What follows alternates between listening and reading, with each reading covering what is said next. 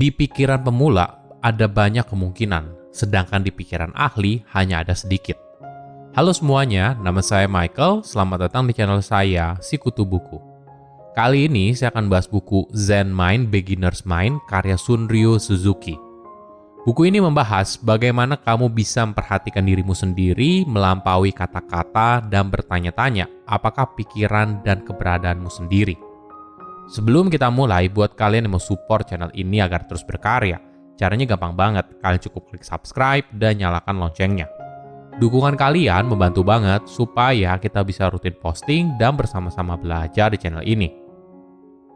Kita perlu belajar berpikir seperti seorang pemula, bebas dari pengetahuan yang kita miliki sebelumnya. Kita bersedia menerima, meragukan, dan terbuka atas segala kemungkinan.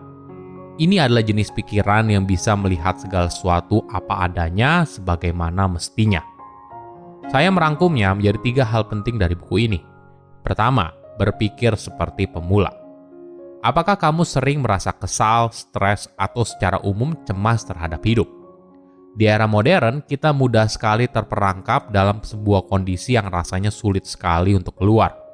Beban pekerjaan yang menumpuk, acara sosial, olahraga, dan sebagainya. Kita berusaha menjalani semua itu dan mencoba untuk mendapatkan nilai terbaik. Tapi, bagaimana bila semua ini tidak berjalan sesuai keinginan? Bagaimana bila prioritas kita salah? Di Jepang, ada frase shohin yang berarti pikiran pemula. Ini merupakan sesuatu yang perlu kita pelajari. Jika pikiranmu kosong, maka kamu selalu siap atas apapun, terbuka atas apa saja. Di pikiran seorang pemula ada banyak kemungkinan, sedangkan bagi seorang yang ahli, pilihannya terbatas.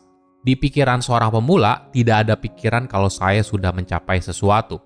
Semua pikiran yang fokusnya pada diri sendiri hanya membatasi pikiran yang luas. Ketika kita tidak punya pikiran soal pencapaian, bebas dari siapa diri kita, maka kita adalah seorang pemula yang sejati. Barulah di momen itu kita baru siap untuk belajar sesuatu. Ada pertanyaan yang menarik. Ketika kamu sedang merenung atas masalah yang sedang kamu hadapi, mana yang lebih nyata bagi kamu? Masalahmu atau dirimu sendiri? Jawaban kamu akan menentukan bagaimana kamu melihat sebuah masalah dan mengalaminya. Bayangkan ketika kamu sedang bermain video game, kamu begitu tenggelam di dalamnya sehingga melupakan hal lain. Kamu begitu fokus dan terlibat dalam permainan itu. Bahkan ketika kamu menghadapi tantangan atau rintangan, kamu tidak melihatnya sebagai masalah, karena kamu hadir sepenuhnya dan menikmati pengalaman tersebut. Dalam kehidupan sehari-hari, tentu saja ada masalah yang datang silih berganti, besar ataupun kecil. Tapi jika kamu tidak membiarkan kesulitan eksternal menguasai diri kamu, maka kesulitan itu tidak akan tampak seperti masalah besar. Kamu bisa menghadapinya dengan baik karena kamu tidak terjebak dalam perasaan cemas atau stres. Dengan kata lain, masalahnya bukan masalah itu sendiri, melainkan reaksi kita terhadap masalah itu. Ketika kita mengidentifikasi masalah, kita membuatnya lebih besar dari yang sebenarnya. Tapi saat kita bisa melihat masalah sebagai bagian dari diri kita sendiri, kita bisa melepaskannya. Misalnya begini, jika kita sedang merasa marah, kita mungkin mengidentifikasikan diri kita dengan kemarahan tersebut dan berpikir, saya sedang marah. Hal ini dapat memperburuk kemarahan, karena kita memberikan perhatian dan energi kita di sana. Namun jika kita dapat melihat kemarahan sebagai bagian dari diri kita sendiri, kita dapat mengatakan, saya sedang mengalami kemarahan. Ini memungkinkan kita untuk mengamati kemarahan tanpa mengidentifikasikannya, yang akhirnya dapat membantu kita untuk melepas. Kedua, awal yang mudah tidak selamanya baik. Masyarakat seringkali memberikan penilaian tinggi pada seseorang yang sukses, apalagi jika kesuksesan itu dicapai dalam waktu yang singkat dan mudah. Mereka dianggap sebagai orang yang jenius. Tapi sayangnya, situasi yang dianggap beruntung justru bisa menghambat orang itu. Seseorang yang memulai di titik awal yang mudah dan bisa belajar dengan cepat, seringkali terlena atas situasi dan tidak mencurahkan perhatian, tenaga, dan waktu untuk belajar lebih dalam. Di sisi lain, seseorang yang tampaknya sulit sekali memahami di awal, mungkin saja bisa mencapai hasil yang jauh lebih baik. Orang itu punya kegigihan yang tidak dimiliki oleh orang yang berbakat. Situasi ini mengajarkan kita kalau kegagalan itu bisa jadi sukses, begitu juga sebaliknya.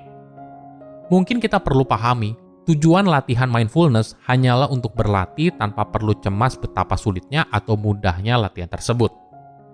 Ada pelajaran menarik. Jika kamu melakukan sesuatu, fokuslah untuk melakukan hal itu. Jangan biarkan pikiranmu dipenuhi oleh begitu banyak hal, sehingga kamu sendiri tidak tahu apa yang kamu kerjakan. Misalnya kamu sedang berlari, ya fokus berlari. Jangan biarkan pikiranmu mengembara.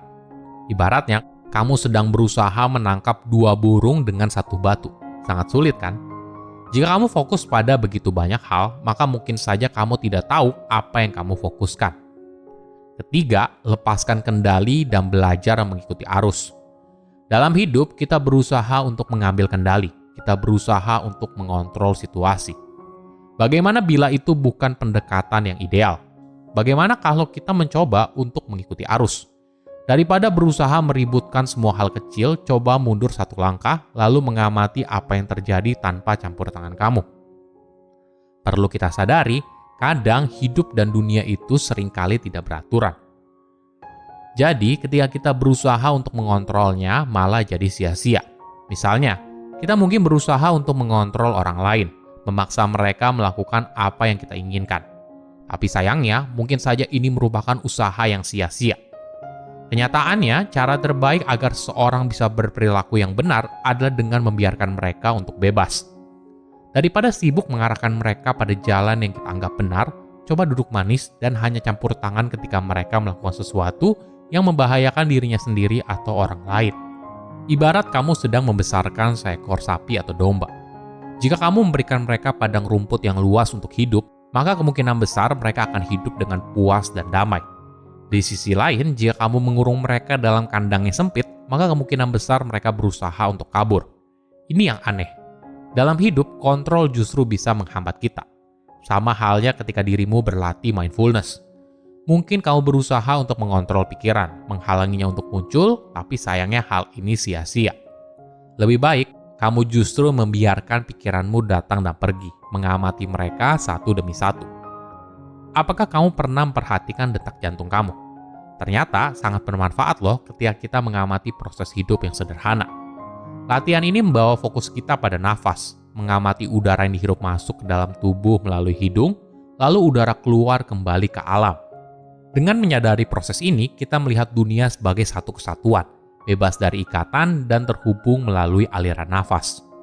Saat berlatih mindfulness, tidak jarang kamu merasa lelah, kesal, atau tidak semangat. Tapi sebenarnya respon ini cukup baik. Kesulitan inilah yang membuatmu bertumbuh. Coba bayangkan pikiran seperti taman yang penuh bunga dan rumput liar. Rumput liar secara alami muncul tak beraturan. Tapi ketika kamu mencabutnya dan menguburnya dekat bunga, maka tanah tersebut akan subur. Sama halnya ketika kamu berlatih mindfulness. Menjadikan latihan ini sebagai sebuah rutinitas tentunya merupakan tantangan tersendiri. Tambah lagi, kamu harus memaksa dirimu bangun, duduk sejenak, dan fokus pada nafas. Tapi ingat, semua tantangan ini hanyalah pikiran semata. Seperti halnya ombak di lautan yang timbul dan tenggelam lagi dan lagi. Setiap kali kamu berusaha untuk melewati ombak tersebut, maka artinya kamu sedang berlatih terus-menerus hingga kamu menjadi ahli. Silahkan komen di kolom komentar pelajaran apa yang kalian dapat ketika baca buku ini. Selain itu, komen juga mau buku apa lagi yang saya review di video berikutnya. Saya undur diri, jangan lupa subscribe channel YouTube Sikutu Buku. Bye-bye.